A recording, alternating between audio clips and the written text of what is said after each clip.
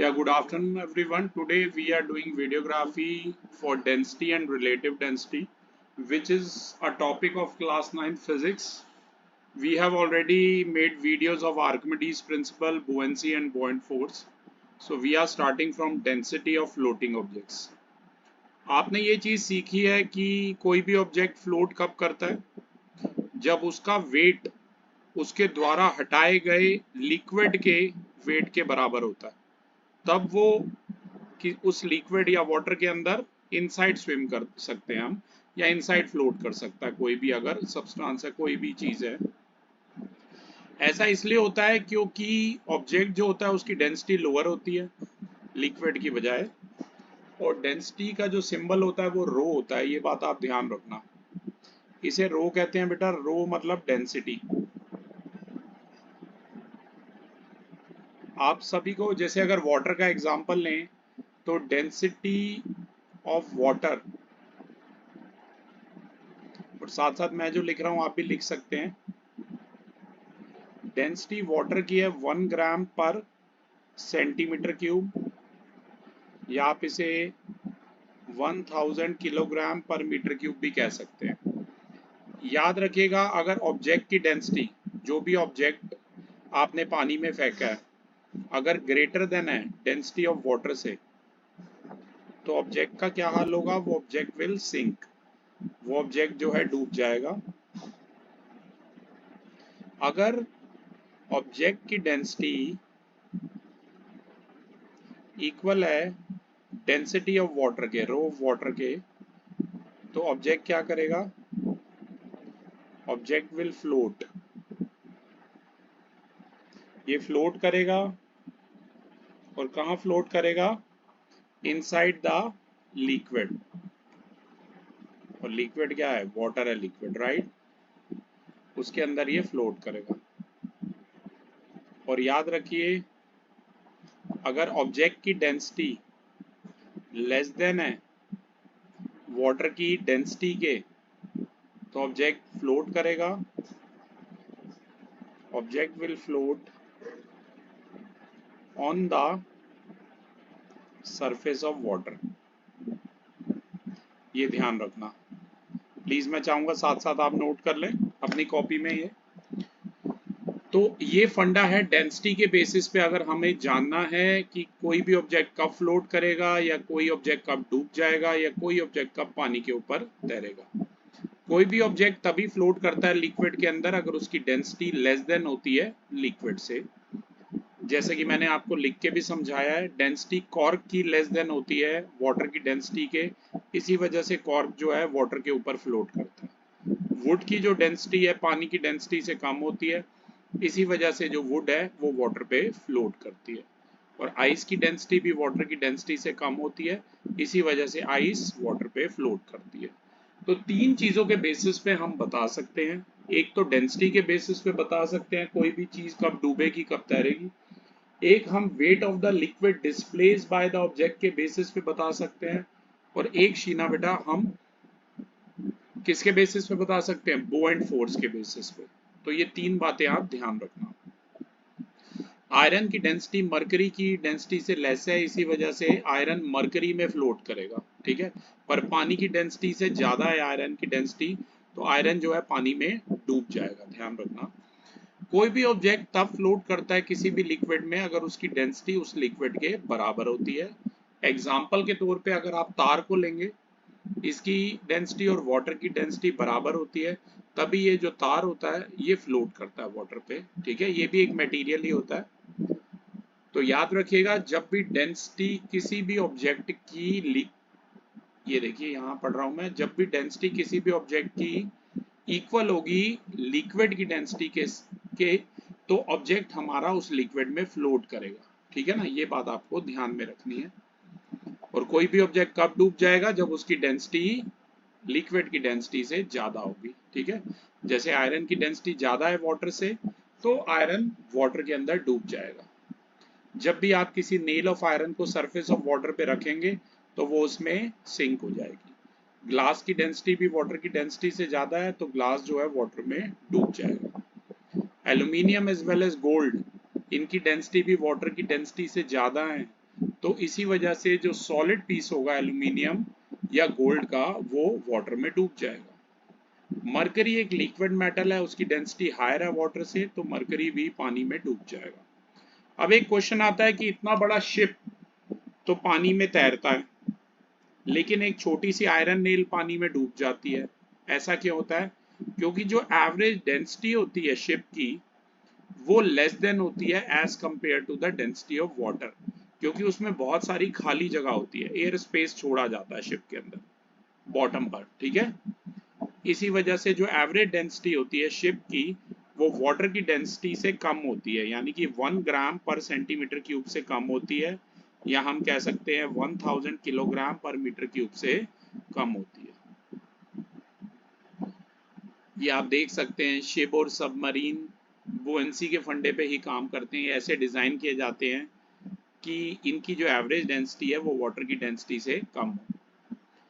जब भी शिप को हम प्लेस करते हैं वाटर में तो ये सिंक करता है सर्टेन लेवल पे, क्योंकि जब भी कोई हैवी चीज पानी में जाएगी तो वाटर को डिस्प्लेस करेगी, पर शिप का जो वेट होगा वो weight of the liquid displace by the object के इक्वल होगा या इससे लेस देन होगा।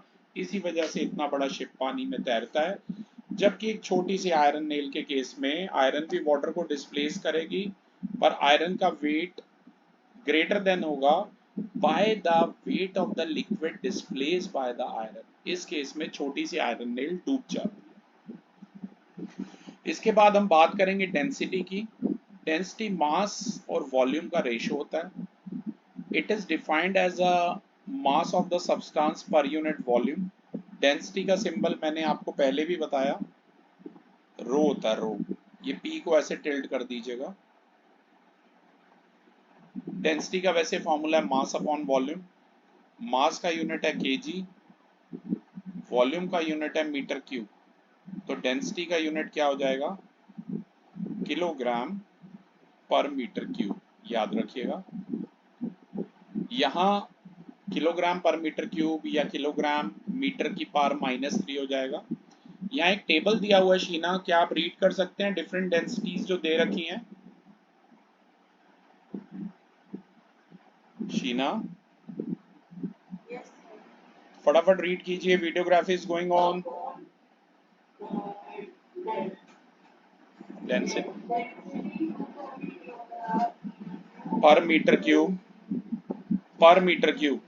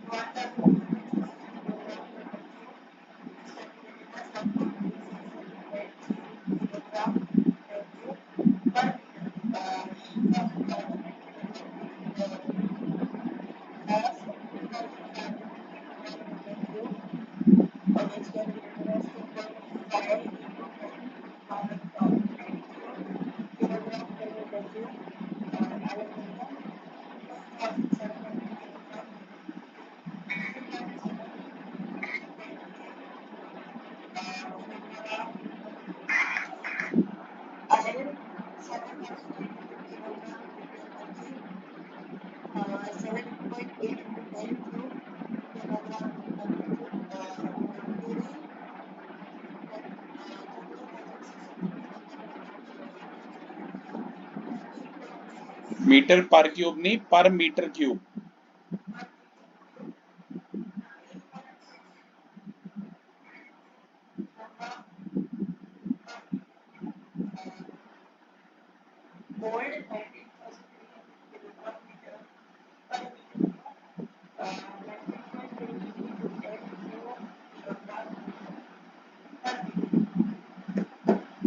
तो एक टेबल था, यहाँ पर डिफरेंट डेंसिटीज दे रखी हैं, लर्न करने की जरूरत नहीं है, जस्ट गो थ्रू कर लेना। अगर हम ये कहते हैं कि डेंसिटी वाटर की 1000 किलोग्राम पर क्यूबिक मीटर है या पर मीटर क्यूब है, तो इससे हमारा ये मतलब है कि 1 क्यूबिक मीटर वॉल्यूम जो है वाटर का, उसका जो मास है वो 1000 किलोग्राम है। ये जो आपने डेंसिटी बोली है 1000 किलोग्राम पर मीटर क्यूब, इसे हम 1 × 10⁻³ किलोग्राम पर मीटर क्यूब भी कह सकते हैं, अगर आप उसे स्टैंडर्ड फॉर्म में कन्वर्ट करेंगे। 1 मीटर ऑफ वुड जो है उसका मास है 800 किलोग्राम, तो डेंसिटी है 800 kilogram per metre cube. 1 metre cube of iron जो है उसका मास है 7800 किलोग्राम, तो इसका मतलब है उसकी डेंसिटी है 7800 किलोग्राम पर मीटर क्यूब। जो एसआई यूनिट है, कई बार किलोग्राम पर मीटर क्यूब बहुत बड़ी हो जाती है, तो उसे हम ग्राम पर सेंटीमीटर क्यूब या ग्राम इंटू सेंटीमीटर की -3 में भी एक्सप्रेस कर सकते हैं। कई बार हमने ये ऐसे भी करते हैं, जैसे मैंने बोला ना वाटर की 1 ग्राम पर सेंटीमीटर क्यूब है, तो हम ऐसे भी कह सकते हैं कि 1 सेंटीमीटर क्यूब वाटर का जो मास है वो 1 ग्राम है। अब प्लीज आप ये टेबल पढ़ेंगे क्या शीना?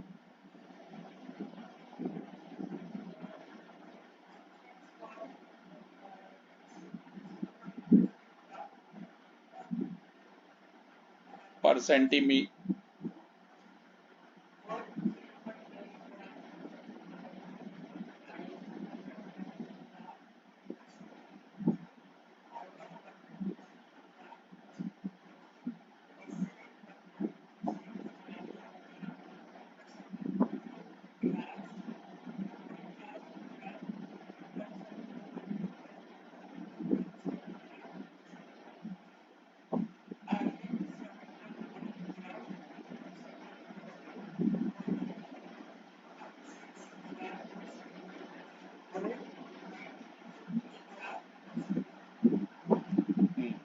तो यहाँ अलग अलग इनकी डेंसिटीज हमें दे रखी हैं, राइट? ध्यान रखिए, अगर ये ग्राम पर सेंटीमीटर क्यूब में भी आप एक्सप्रेस करना चाहें तो ऐसे कर सकते हैं। डेंसिटी जो होती है किसी भी सब्सटेंस की एक बड़ी कैरेक्टरिस्टिक प्रॉपर्टी होती है।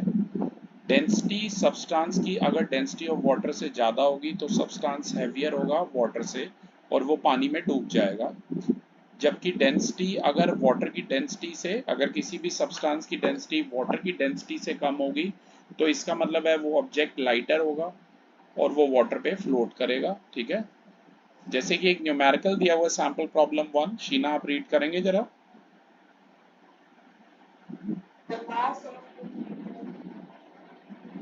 क्यू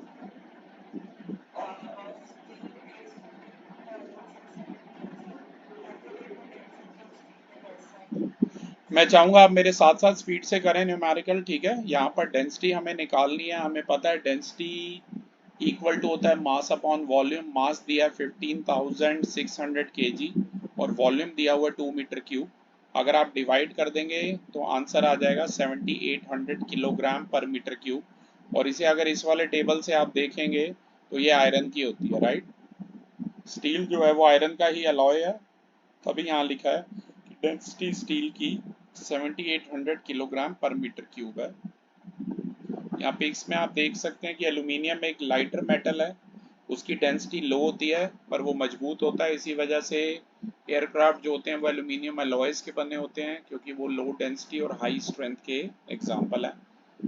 जबकि यहाँ पर एक स्टूडेंट को देख सकते हैं जो दो इमिसिबल, जो मिक्स नहीं हो सकते लिक्विड, सेपरेटिंग फनल की हेल्प से उन्हें डिफ्रेंशिएट कर रहा है, क्योंकि उन दोनों की डेंसिटी अलग अलग है। आप चाहें तो वाटर में ऑयल, वेजिटेबल ऑयल यानी सरसों का तेल डाल के इस तरीके से अलग कर सकते हैं। जब भी टैप ओपन होगा तो वाटर पहले आ जाएगा, जिसकी डेंसिटी हैवी होगी वो नीचे सेटल अप होगा। आप एक काम कीजिएगा, मैं भी एक्टिविटी करके बताऊंगा, क्योंकि वाटर और ऑयल दोनों की डेंसिटी अलग अलग होती है। तो ऑयल जो है वो वाटर के ऊपर तैरेगा और सेपरेटिंग फनल से हम इजीली इन्हें सेपरेट कर सकते हैं। Second question please.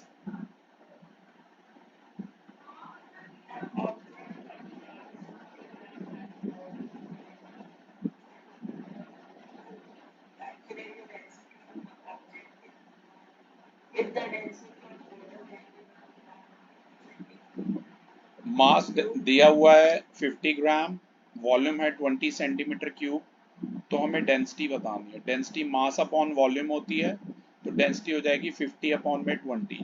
आप सॉल्व करेंगे तो आ जाएगा 2.5 ग्राम पर सेंटीमीटर क्यूब, और वाटर का डेंसिटी होता है 1 ग्राम पर सेंटीमीटर क्यूब, और आपको पता है 2.5 ग्रेटर देन 1 है, तो इसका मतलब है क्या होगा, ऑब्जेक्ट का डेंसिटी ज़्यादा है वाटर का डेंसिटी से, तो इसका मतलब ये object it will sink in the water. कर लेना। अगला टॉपिक हमारा आता है रिलेटिव डेंसिटी।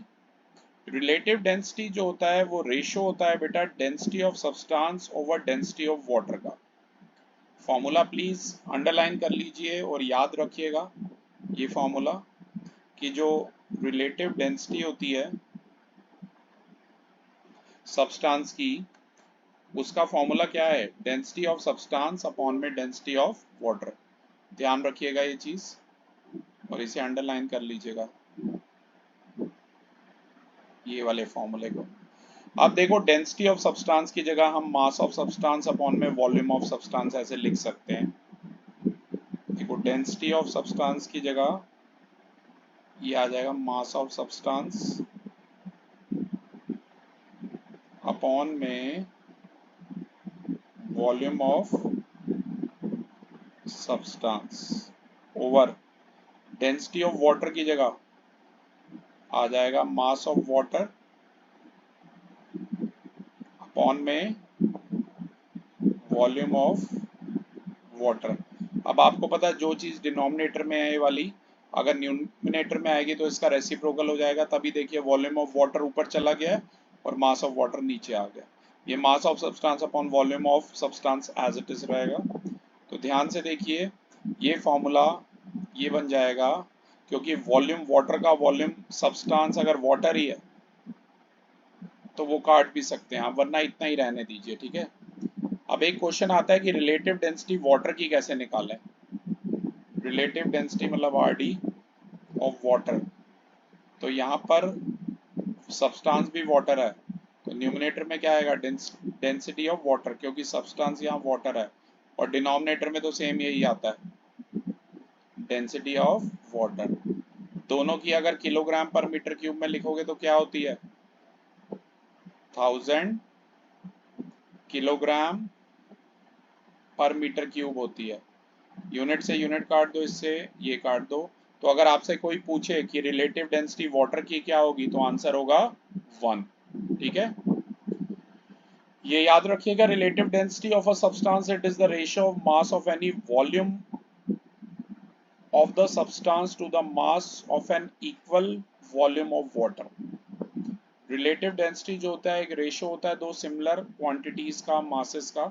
इसका कोई यूनिट नहीं होता, क्योंकि वो जो डेंसिटी का यूनिट है वो आपस में कट जाएगा। अभी यहाँ पर एक टेबल दिया हुआ है शीना, जिसमें डिफरेंट डेंसिटीज दे रखी हैं कई सब्सटेंसेस की, क्या आप रीड करेंगे शीना? चलिए मैं रीड कर देता हूँ। यहाँ पर ध्यान से देखिए, कॉर्क की जो रिलेटिव डेंसिटी है वो कितनी हो गई है, वो 0.24 है, और वुड की है 0.8, आइस की है 0.92, वाटर की है 1, ग्लिसरीन की क्या दे रखी है 1.26, याद रखिएगा। ग्लास की 2.5, एल्यूमिनियम की 2.7, आयरन की 7.8, मरकरी की 13.6,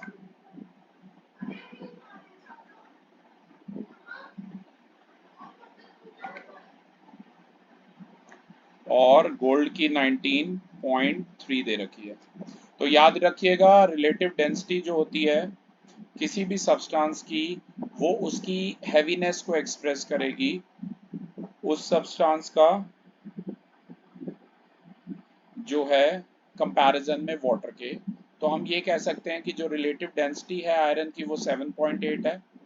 इसका ये मतलब है कि आयरन 7.8 टाइम्स एज हैवी है as equal volume of water. याद रखिएगा रिलेटिव डेंसिटी काफ़ी इंपॉर्टेंट होती है ताकि हम एक्यूरेट डिटरमाइन कर सकें डेंसिटी को।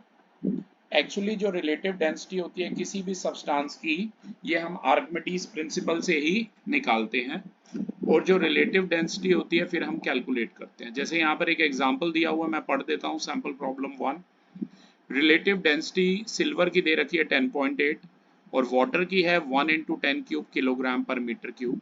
तो आपको डेंसिटी सिल्वर की बतानी है। रिलेटिव डेंसिटी किसी भी सब्सटेंस का फॉर्मूला है density of substance upon density of water. Relative density silver की है 10.8, डेंसिटी सिल्वर की बतानी है, और वाटर की डेंसिटी आपको पता है 1000 किलोग्राम पर मीटर क्यूब होती है। तो ये सारी वैल्यू इस फॉर्मूले में पुट कीजिए। रिलेटिव डेंसिटी ऑफ सब्सटेंस की जगह रखिए 10.8, डेंसिटी ऑफ सिल्वर अननोन है, और वाटर का डेंसिटी की जगह लिखिए 1 × 10³ क्रॉस मल्टीप्लाई कीजिए, डेंसिटी वाटर की आ जाएगी 10.8 × 1 × 10³, आंसर आ जाएगा 10.8 × 10³ किलोग्राम पर मीटर क्यूब। तो हम ये कह सकते हैं कि डेंसिटी किसी भी सब्सटेंस की हम ऑब्टेन कर सकते हैं by multiplying relative density by the density of water. Sample problem number 2 कहती है कि वॉल्यूम ऑफ अ सॉलिड जो है उसका मास कितना दिया हुआ है, मास दिया है 500 ग्राम, और उसका जो वॉल्यूम है वो दिया हुआ है 350 centimetre cube.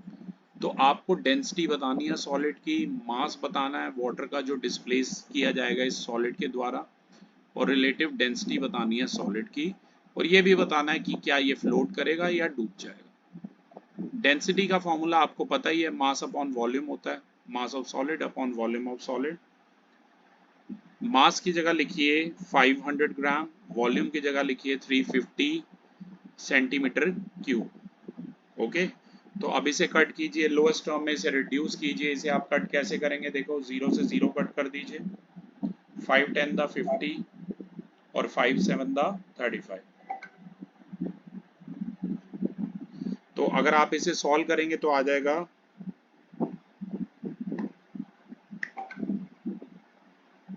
Sheena, I hope you are there. Okay, ध्यान दीजिए क्योंकि लाइव रिकॉर्डिंग मैंने कंटिन्यू रखी है, बीच में इंटरप्शन कोई नहीं हुआ है, मैंने लगातार पढ़ाया। तो ध्यान दीजिए, यहाँ पर ये सैंपल प्रॉब्लम नंबर 2 हम कर रहे हैं। इसमें हमारी डेंसिटी सॉलिड की आ जाएगी मास ऑफ सॉलिड अपॉन में वॉल्यूम ऑफ सॉलिड। 500 अपॉन 350 को लोएस्ट टर्म में करोगे 10/7 आएगा, 1.42 आ जाएगा। अभी आप ये सारे न्यूमेरिकल मुझे करके देना। सेकेंड पार्ट में हमें ये बताना है mass of water displace by the solid. आपको पता है डेंसिटी ऑफ वाटर का फॉर्मूला होता है mass of water upon volume of water. Density water की 1 ग्राम पर सेंटीमीटर क्यूब है, वॉल्यूम जो वाटर का है वो दिया हुआ है 350 सेंटीमीटर क्यूब। तो कितना वाटर डिस्प्लेस होगा, 1 × 350 यानी कि 350 ग्राम। थर्ड पार्ट में बेटा इसके रिलेटिव डेंसिटी हमें निकालनी है, जो कि होगी density of solid upon density of water. अभी अभी फर्स्ट पार्ट में मैंने डेंसिटी सॉलिड की निकाली 1.42 ग्राम पर सेंटीमीटर क्यूब, वाटर का डेंसिटी है 1 ग्राम पर सेंटीमीटर क्यूब, आंसर आ जाएगा 1.42। और ये रिलेटिव डेंसिटी वाटर की रिलेटिव डेंसिटी से ज्यादा है, इसका मतलब ये सॉलिड जो है हैवी होगा किससे, वाटर से। अब यहाँ पर कुछ क्वेश्चन है, मैं इसमें से कुछ ये वाले आपको बताना चाहता हूँ। जैसे कि जरा क्वेश्चन नंबर बेटा 18 पढ़ना।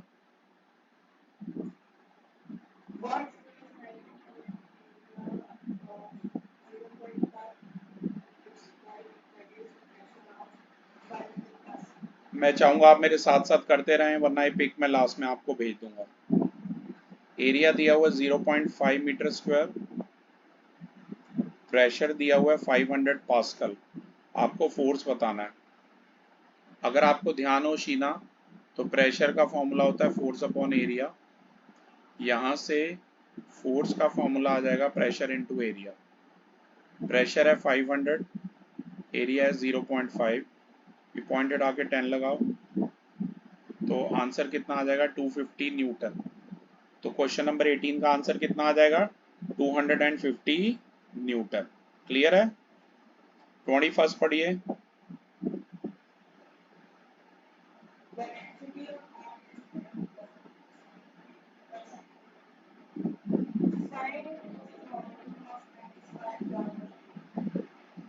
गोल्ड का डेंसिटी दिया है 19 ग्राम पर सेंटीमीटर क्यूब। मास कितना दिया हुआ है 95 ग्राम। वॉल्यूम हमें निकालना है। आपको पता है मास होता है वॉल्यूम इनटू डेंसिटी, डेंसिटी का सिंबल रो होता है। वॉल्यूम हमें निकालना है जो कि मास अपॉन में रो होगा।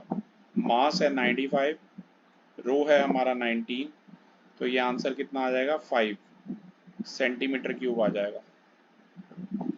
ठीक है, तो ये क्वेश्चन नंबर, इसका आंसर कितना आ जाएगा वॉल्यूम 5 सेंटीमीटर क्यूब, याद रखना। अगला पढ़िए 23rd रीड कीजिए।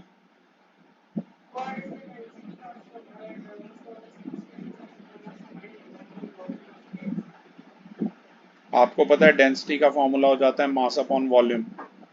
मास दिया हुआ 100 ग्राम और वॉल्यूम है 10 सेंटीमीटर क्यूब। ये कट कर दीजिए तो डेंसिटी आ जाएगी 10 ग्राम पर सेंटीमीटर क्यूब। ठीक है, ये ध्यान रखना। मैं चाहूँगा 25 पढ़ें अब आप।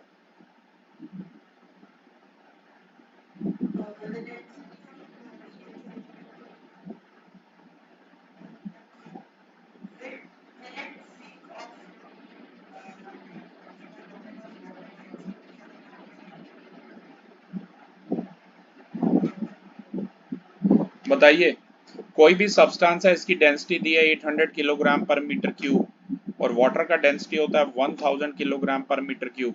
तो बताइए सब्सटेंस पानी में डूबेगा या तैरता रहेगा? नो। अगर किसी भी डेंसिटी बॉडी की क्या दे रखी है, लेस दे रखी है, सॉरी, डेंसिटी ऑफ बॉडी यहाँ पर लेस दे रखी है देन डेंसिटी ऑफ वाटर, तो इसका मतलब है ऑब्जेक्ट विल फ्लोट। अगर ये डेंसिटी ज्यादा दी होती तो वो ऑब्जेक्ट सिंक कर जाता, याद रखिएगा। बड़ा इंपॉर्टेंट फैक्ट है, ध्यान दीजिए, प्लीज पे अटेंशन। इतनी बेसिक सी बात मैंने बार बार रिपीट की है फिर भी आपने गलत बताई है। ध्यान दीजिए, टॉपिक को अच्छे से देखिए। अब मैं चाहूंगा आप 52nd क्वेश्चन पढ़ें।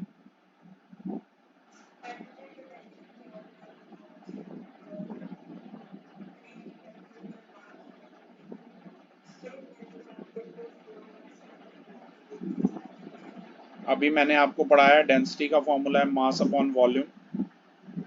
मास दिया हुआ 9 kg और वॉल्यूम कितना है 3 मीटर क्यूब। कट कर दीजिए, इसे सॉल्व करेंगे तो आएगा 3 किलोग्राम पर मीटर क्यूब। और वाटर का डेंसिटी कितना था 1000 किलोग्राम पर मीटर क्यूब। तो साफ साफ पता लग रहा है कि वाटर का जो डेंसिटी है वो ऑब्जेक्ट की डेंसिटी से क्या है, ग्रेटर है। तो हेंस, ओ हाँ, वाटर की डेंसिटी इस बार ग्रेटर है ना, या आप कह सकते हो ऑब्जेक्ट की डेंसिटी कम है, तो ऑब्जेक्ट विल फ्लोट। ऑब्जेक्ट क्या करेगा, it will float on the surface of water, ऊपर की तरफ फ्लोट करेगा। ठीक है, याद रखिए। अगला पढ़िए ये वाला 54th का बी।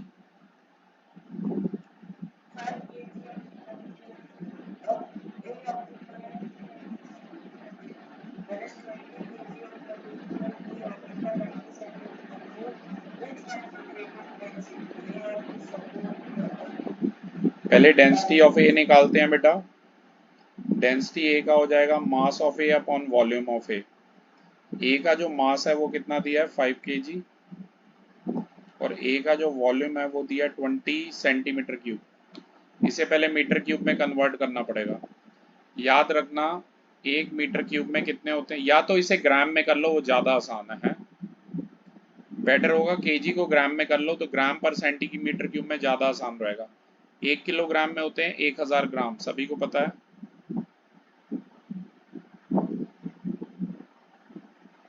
अभी दोनों मेथड से करा दूंगा मैं आपको।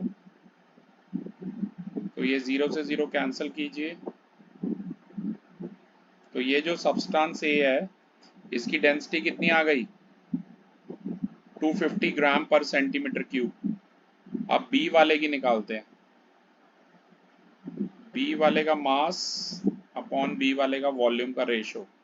बी वाले का मास कितना है?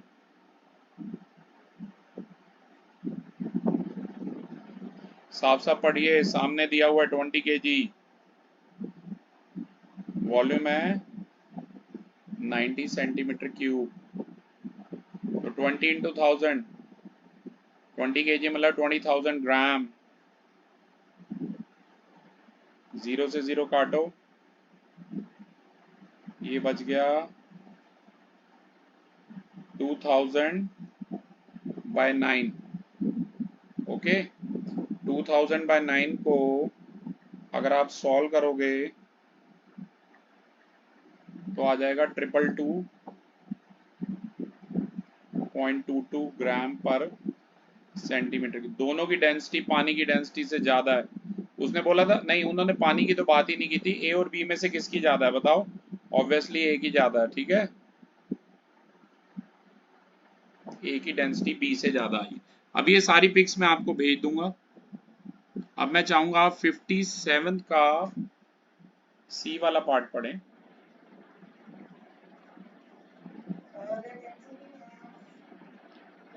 टर्पेंटाइन ऑयल, तारपीन का तेल।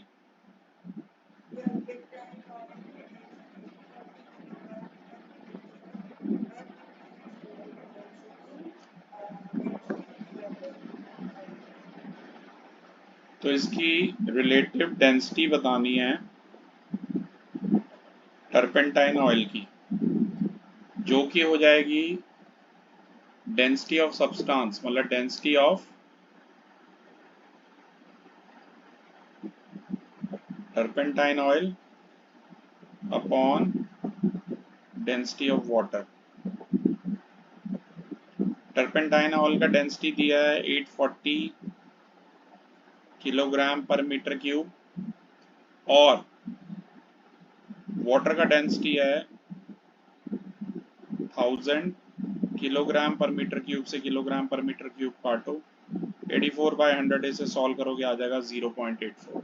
यानी कि टर्पेंटाइन ऑयल की कितनी हो गई? 0.84। 58 का सी पढ़ लीजिए।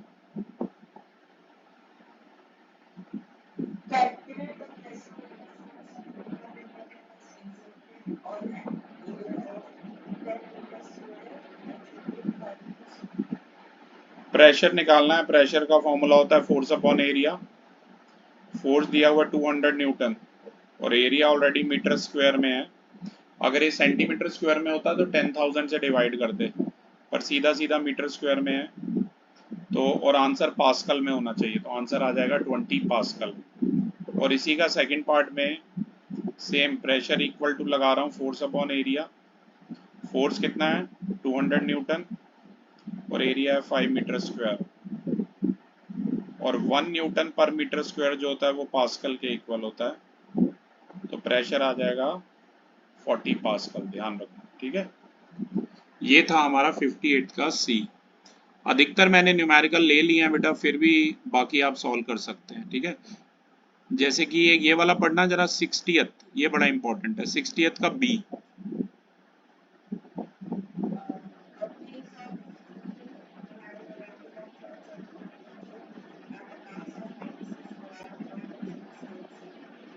देखो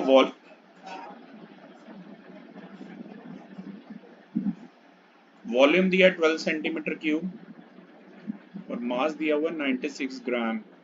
डेंसिटी बतानी है। डेंसिटी आपको पता है मास अपॉन वॉल्यूम होता है, तो ये हो जाएगी 96 ग्राम अपॉन में 12 सेंटीमीटर क्यूब। ये 12 को कट करो 8 आएगा, तो डेंसिटी आ जाएगी 8 ग्राम पर सेंटीमीटर क्यूब आ जाएगी, याद रखना। अब सेकंड पार्ट ध्यान से देखना, थोड़ा मुश्किल है।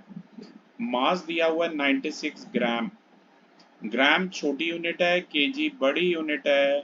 ग्राम से किलोग्राम में जाना है तो 1000 से डिवाइड करना है, क्योंकि 1 किलोग्राम में कितने ग्राम होते हैं? 1000 ग्राम। और अगर यही पूछा जाए 1 मीटर क्यूब में कितने सेंटीमीटर क्यूब होते हैं, तो वो होते हैं 10 की पावर 6 सेंटीमीटर क्यूब, राइट। याद रखना 10 की पावर 6 सेंटीमीटर क्यूब, क्योंकि बेटा ये मैं थोड़ा सा करके बता देता हूँ। 1 मीटर क्यूब जो होता है वो क्या होता है, वो ऐसे होता है 1 metre into 1 metre into 1 metre. ठीक है, तो ये हो गया 100 centimetre into 100 centimetre into 100 centimetre, मतलब ये 100 सेंटीमीटर इज 10 स्क्वायर, तो 10 square centimetre into 10 square into 10 square, और 3 बार सेंटीमीटर की मल्टीप्लाई करोगे तो सेंटीमीटर क्यूब आएगा, तो ये बन जाएगा 10 का पावर 6 सेंटीमीटर क्यूब। तो याद रखना मास है 96/1000 kg, इतना ही रहने दो अभी, इसको ऐसे रहने दो, या तो 1000 को ऐसे लिख लो 10 का पावर 3 kg। ठीक है, और वॉल्यूम कितना दिया बेटा, 12 सेंटीमीटर क्यूब। मीटर क्यूब में कन्वर्ट करना है तो 10 की पावर 6 से डिवाइड करना है, मीटर क्यूब बड़ी यूनिट है, इसे ऐसे छोड़ दो। ठीक है, और अब देखो डेंसिटी निकालनी है, मास अपॉन वॉल्यूम। मास की जगह लिखो 96/10 क्यूब kg, और वॉल्यूम की जगह लिखो 12 अपॉन 10 का पावर 6 मीटर क्यूब, तो ये हो जाएगा 96/10 क्यूब। इसका रेसिप्रोकल करो, ये हो जाएगा 10 की 6 ऊपर और 12 नीचे, ये काटोगे 10 की पावर, ये 10 की पावर 3 बचेगा, और ये 12 8 द 96, तो ये बच गया 8 इंटू 1000, मतलब कि 8000, और इसमें यूनिट क्या होगा बच्चे, किलोग्राम पर मीटर क्यूब होगा। ठीक है, ये अब एक मैं लास्ट करा रहा हूं 61st, एक बार रीड कर लीजिए।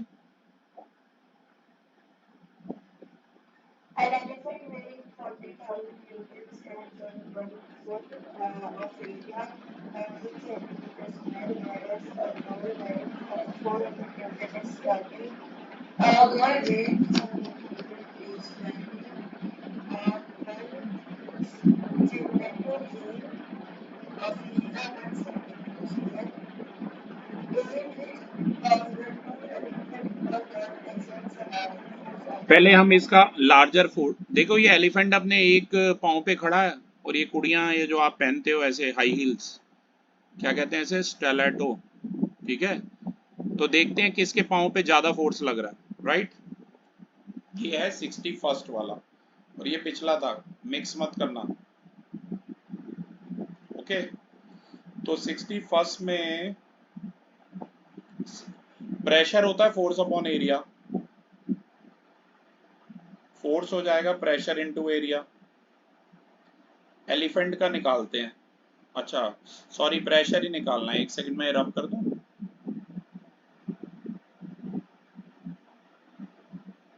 प्रेशर निकालना है कि कितना ये लगा रहा है। देखो एलिफेंट के केस में निकालते हैं, एलिफेंट 40,000 न्यूटन का फोर्स लगा रहा था, और एरिया कितना था 1000 सेंटीमीटर स्क्वायर।